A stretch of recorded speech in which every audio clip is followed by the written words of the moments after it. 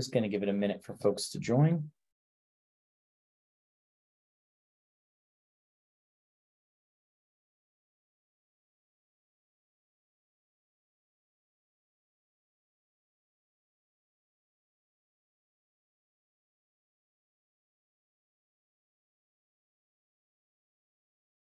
All right.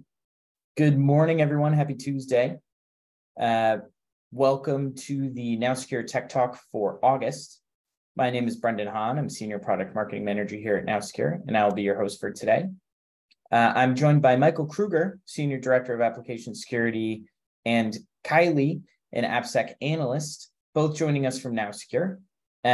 Here today to talk about the Roundup from the application security adventures that we had in Vegas at a number of different conferences. So a few quick housekeeping items before we start. We will have Q&A at the end of the Tech Talk today, so please feel free to ask any questions you may have using the Q&A Zoom feature.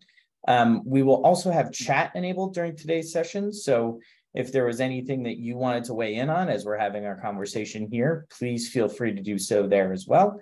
A recording of this session will be sent to you via email and will be available on NowSecure Academy. So you can get the recording for this session in both of those places. And just a reminder that we host these Tech Talks monthly. So be sure to check out our replays from this year so far and join us in September for another exciting session. I'm actually going to kick us off and talk a little bit about my experience at Black Hat and cover kind of the NowSecure perspective on the event. And then we'll jump into our roundtable. So this Black Hat was actually my first Black Hat that I got to attend. It was really exciting, and I was really excited to be able to join to represent NowSecure. It was a really big week for us. So we were coming off of an exciting announcement around a partnership with Synopsys. And then we got to host a number of networking events and other events related to Black Hat. So we got to partner up with one of our partners, MindGrub, who we've done Tech Talks with in the past. So check out that replay, quick plug. But we got to host an event with MindGrub. We got to host an event with Coalfire. We're in the midst of kind of publishing a Coalfire report. This is our 5th annual NowSecure and Coalfire report that will be published on September 15th.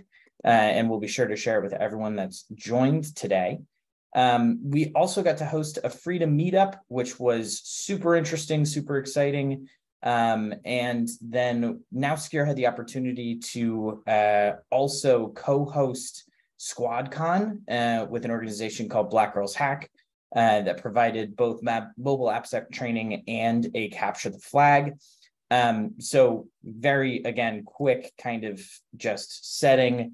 I had a really great time, lots of great conversations at the NowSecure booth, and I was thrilled with the opportunity that I got to have to meet some of our customers. That is plenty from me.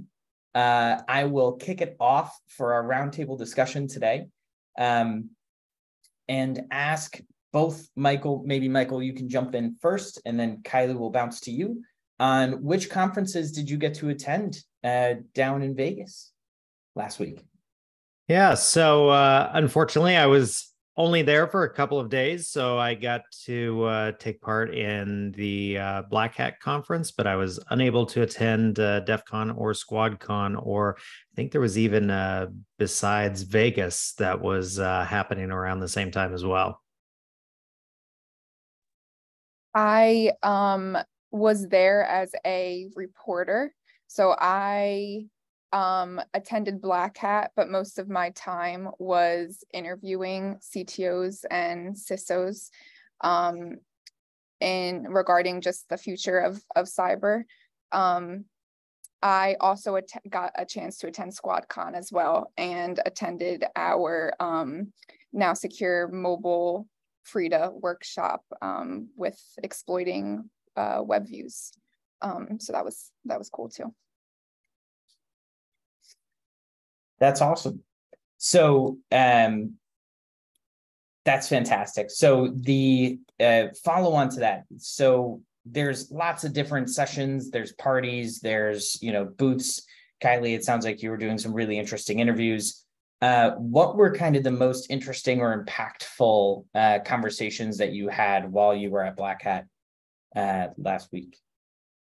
I would say just conversations around the evident kind of transformation that cybersecurity is headed towards in regards to just advancements in AI and also quantum cryptography.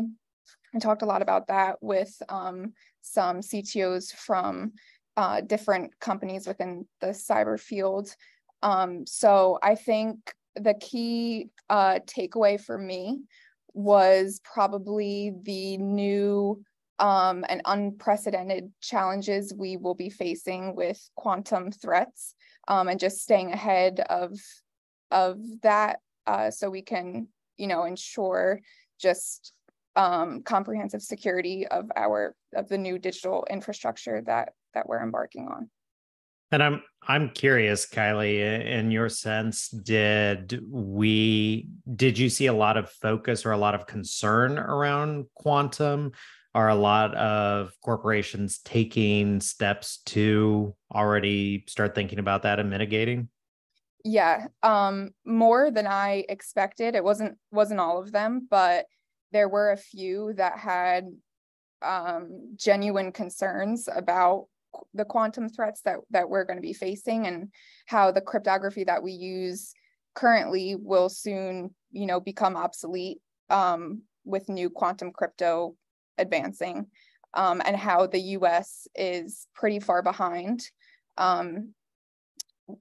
with just in comparison to other countries, and how they've adapted quantum crypto already. But yeah, it was quite a few of the CISOs that I interviewed were legitimately worried about the quantum threats that we will be facing. I think that's interesting, because I know that's been a hot topic as of late, and I think going around to some of the sessions, going around to some of the companies present on the show floor, I was surprised that I didn't see more of an emphasis in quantum. Actually, I saw a lot of focus on AI and AI related technologies, but I saw very little in quantum.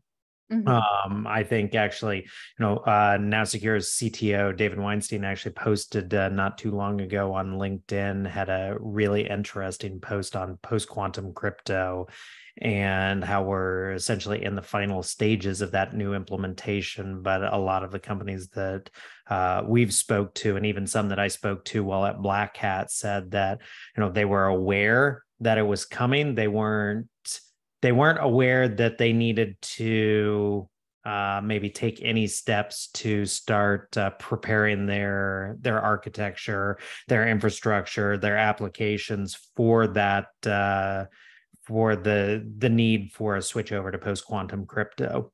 They certainly weren't aware that it was as imminent as it now appears that it is. I mean, we're there.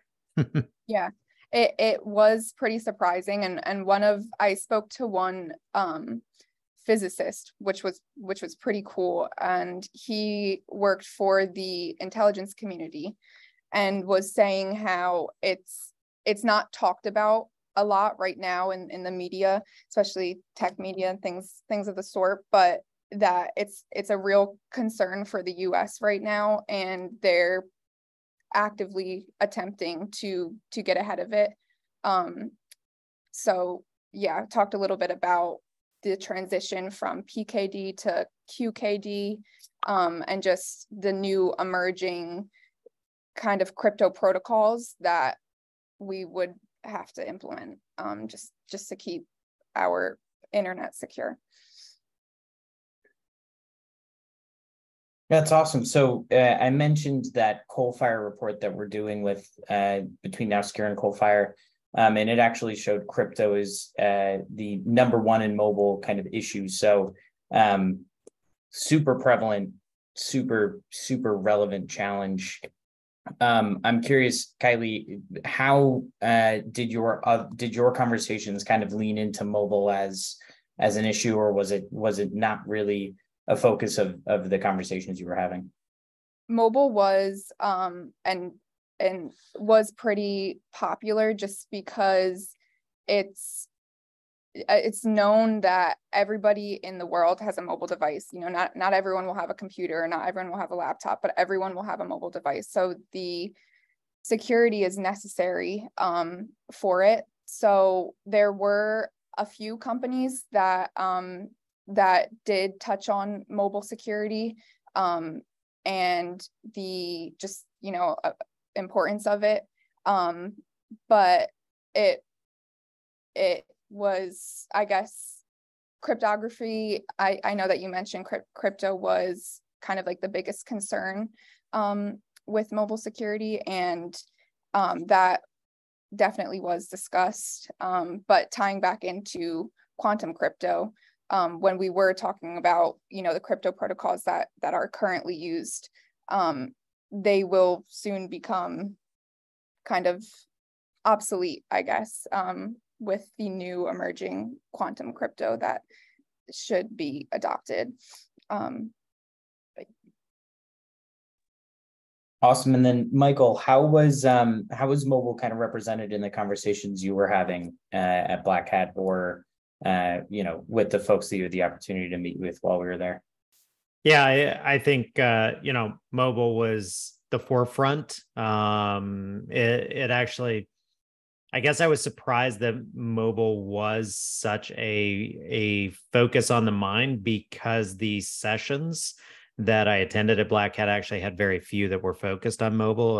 Only a handful actually focused specifically on mobile. But I think a lot of the conversations that I had definitely focused on actually cryptography.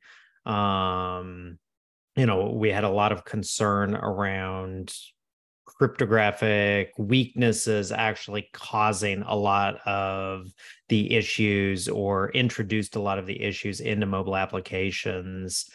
I think it was also interesting, though, that as I talked and walked around the show floor, as I talked with various companies, I noticed a shift, and that shift is, you know, we've classically seen that a lot of the tools, a lot of the capabilities are very much focused on infrastructure.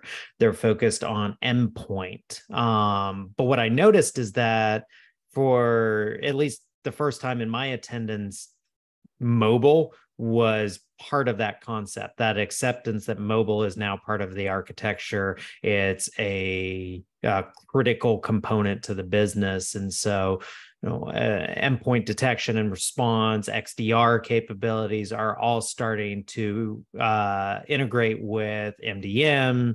They're focused on vulnerability, CVE detection. They're really starting to showcase that mobile is a critical part of business infrastructure, and we need to care about it.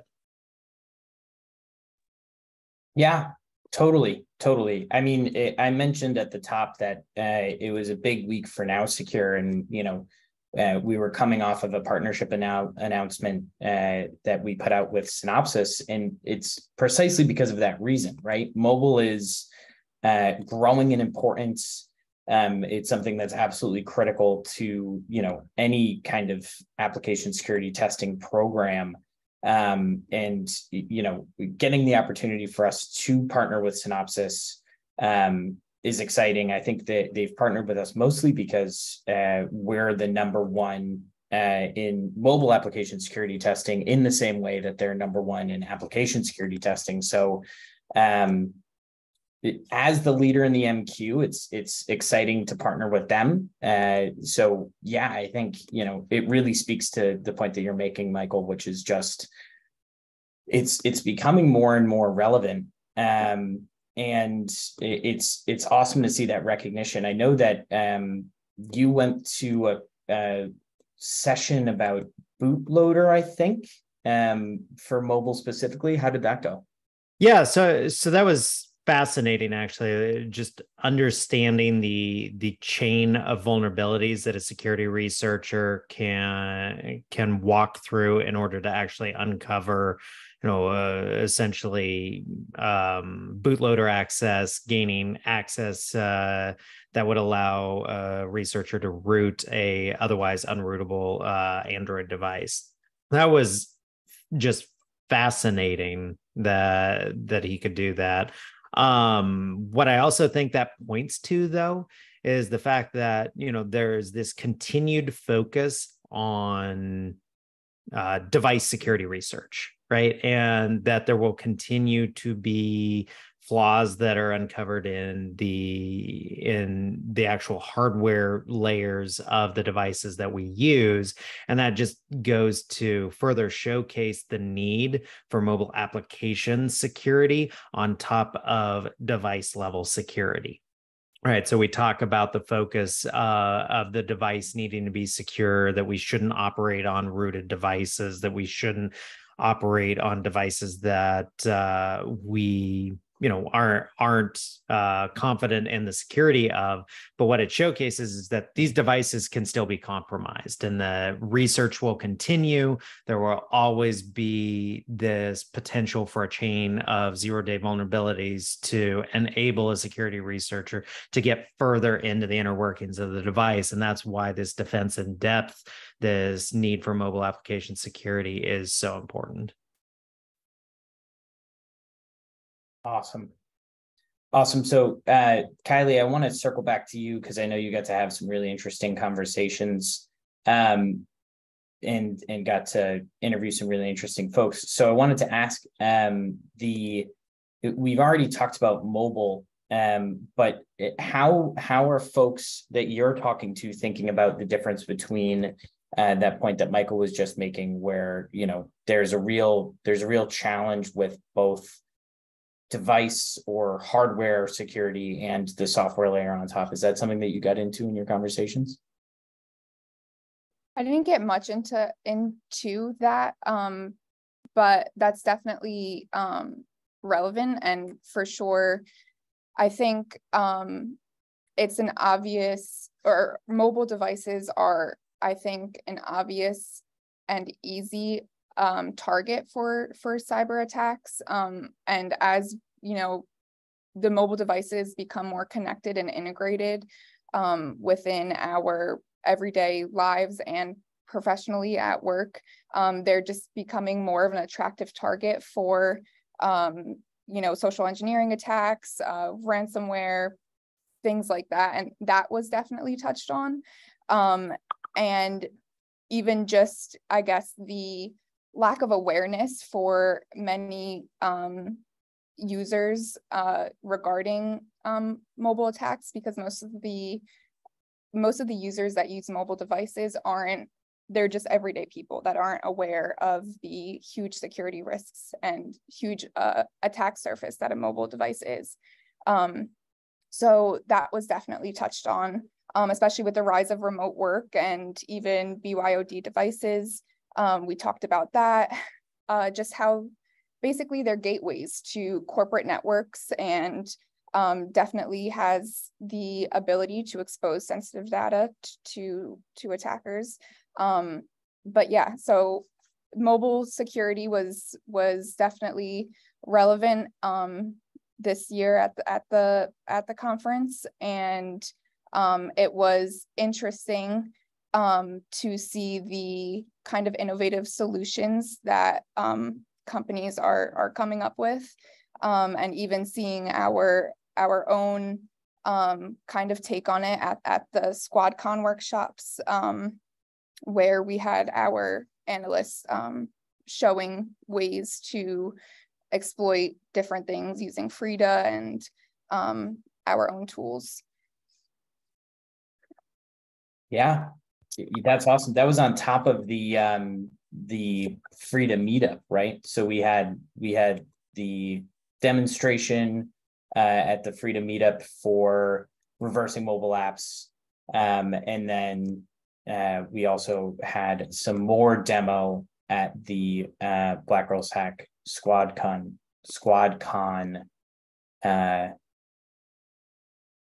event. That's awesome. That's awesome. So, Michael, I'll bounce over to you. We've talked about this kind of back and forth about, mobile was much more prevalent this year, which is awesome. Was there something that you wish you saw more of at the conference, though? Is there something that you were like, that's a really big issue that we're not talking nearly enough about today? I'd like to see mobile still continue to grow. I think while it's being talked about, I think we need to talk more about it. I saw a lot of, at least from the talks, we saw a lot of hardware-based exploit paths, but I think I'd like to see more about the software layer, right? I'd like to see more about mobile apps. I'd like to, and I saw plenty, but I'd like to see still more on data privacy. I think, it's here to stay. I was just reading an article today about Texas's data security and privacy laws that go into effect. I think they're written into law, but they'll go into effect next year, but that have been modeled after Virginia's data security and privacy laws. So we're just seeing more and more states start to enact these data security and privacy laws. Obviously, we see it around the world that there are more and more regulations, and I'd like to see, I guess, two things: more on the legal side. I'd like to understand more about the legal implications of mobile apps in this more security and privacy aware environment, but I'd also like to see more on, more continued research on what mobile apps can do to protect users' privacy, what users can do to protect themselves when using mobile apps, because the simple answer is we're going to continue to use mobile apps. We're going to continue to use web apps. The answer of, well, just don't use it doesn't really apply anymore. I don't think so. How do we operate safely in that environment? How do we continue to operate safely in that environment? And then finally, I think it's incumbent upon enterprises, businesses themselves to understand why privacy, number one, matters to their user base, but also I think it's important to understand from a legal perspective just the risk that they expose themselves to by improperly sharing or collecting users' information. Because I do know, in speaking with many different individuals at Black Hat, the awareness that there is a need for privacy was there, but not necessarily the awareness over all the laws, all the regulations that are starting to come forward. And that's really hard to keep up with all of the changes that are happening on a month-by-month basis. So I think, future sessions, I'd like to see a lot of focus around, hey, what does this mean to you as a business, as a user? Totally. Kylie, was the privacy angle on the mind of the CISOs and the CTOs that you got the opportunity to interview? Definitely. Well, I guess it wasn't, I'd say it wasn't heavily prevalent, but some were definitely worried about it. And like Michael mentioned, I would find it interesting to see more of the legal kind of implications around data privacy and what that means for enterprises. But I think for me, it was probably a well-rounded, I'd say, well-rounded view, like just a collection of different topics and just different solutions and innovations that I've seen while I was interviewing different CTOs. I think that AI was definitely probably the biggest thing that I saw. And I think the main thing that I got from AI was that we have to tread carefully and make sure we kind of understand the old attack surface before we embark on a new attack surface, and just not be so quick to implement things that we don't have a comprehensive understanding of.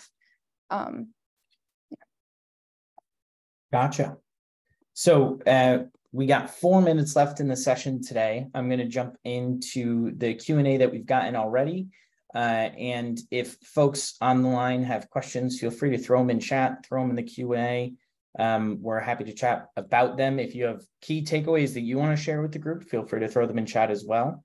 So the first question that we have here is actually kind of a funny one, and it's how many steps did you walk each day?